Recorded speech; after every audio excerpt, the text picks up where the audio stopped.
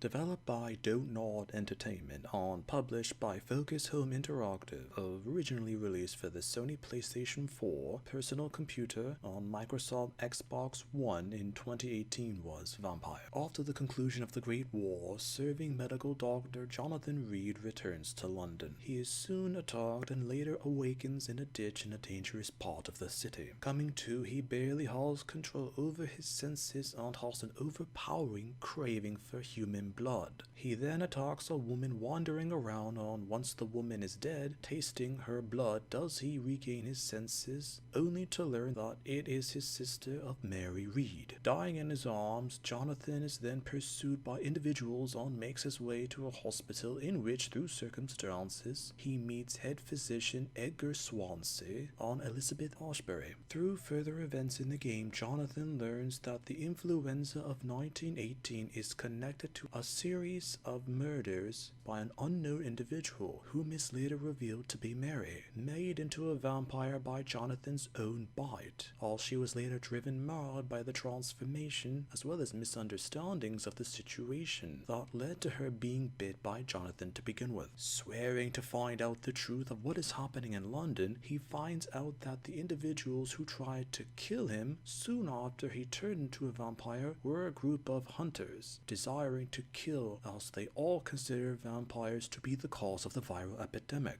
It's later revealed that the infected relating to the epidemic were caused by multiple aspects, with Edgar's unethical experiments to try and find a cure for the viral strain, on him using Elizabeth's blood to counteract the side effects of the vampirism. The conclusion depends on the choices made or not made by the player during their experience with the game. Development of Vampyr began roughly in 2015, with a number of staff working on the previous game by Don't Nod being Life is Strange, as the pivotal decisions made in the game were heavily inspired by the critically acclaimed scenarios that Don't Nod conceived of for Life is Strange, and it was believed that the duplications of such situations would be beneficial in an early 20th century Britain. However, from information now known, the game had multiple phases of development, and those affiliated with the game weren't initially sure of what to make of the game's plot before the influenza pandemic set right after the Great War in London was devised. Now considered a Souls-like game, criticisms of Vampyr how the combat system relating to enemies and bosses within the game were lacking, and such a serious complaint by players, it ended up being a reason why many did not complete the game. But the overall story, voice acting, and even the character of Jonathan Reid were highly praised by critics and players. The main focus of the game was how that of players interpreted Jonathan Reid, and the paradox that he was a bloodthirsty vampire who kills innocent people, but also a doctor that swore to protect people. These facts were mentioned multiple times within the game, from dialogue by Jonathan himself to other characters in the playthrough mentioning it to him. This repeated enforcement of Jonathan being essentially at times a hypocrite was something that was crucial to the experience of Vampyr,